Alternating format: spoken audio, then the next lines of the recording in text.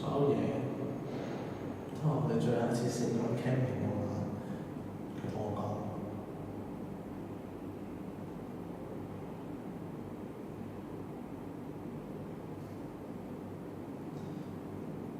我問你哋兩個諗到醉晒，得翻我同佢。我哋喺度睇海，吹風傾偈，傾好多嘢。我印象中呢個係第一次，或者係唯一一次聽佢講好多嘢。我同佢講：喂，兄弟，好開心聽你講咁多嘢啊！平時都冇傾咁多。跟住佢話佢唔講，咁我唔知人哋講完之後會點睇。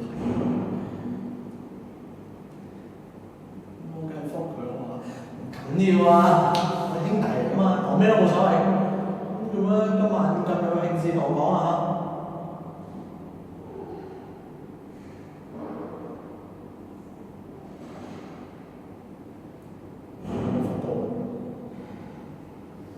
然後突然醒咗落，係識推開咗佢。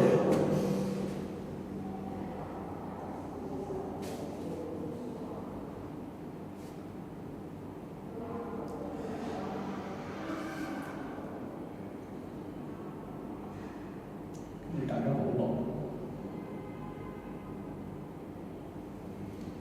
我淨係可以同佢講聲 sorry。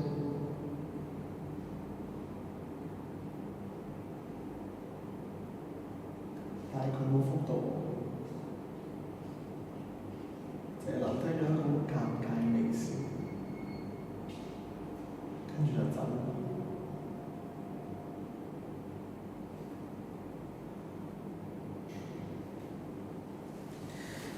其實呢啲嘢佢冇講，我唔可以同你講。但係每當我諗到佢嗰晚同我講有幾驚點睇佢，嗰種壓力有幾大嘅時候，我唔知可以點講，我應該點講？我有咩資格可以講㗎？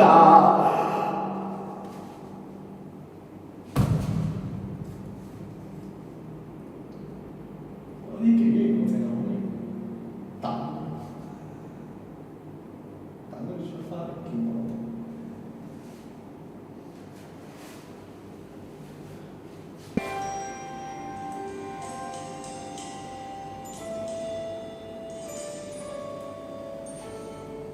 共你乾杯再舉住，突然間想看滿意，盤中透着那味兒，大概今生有些事，是提早都不可以明白奇妙處，就像你當日痛心，他會盡一番美意，怎發現你從情結亦能學懂開解。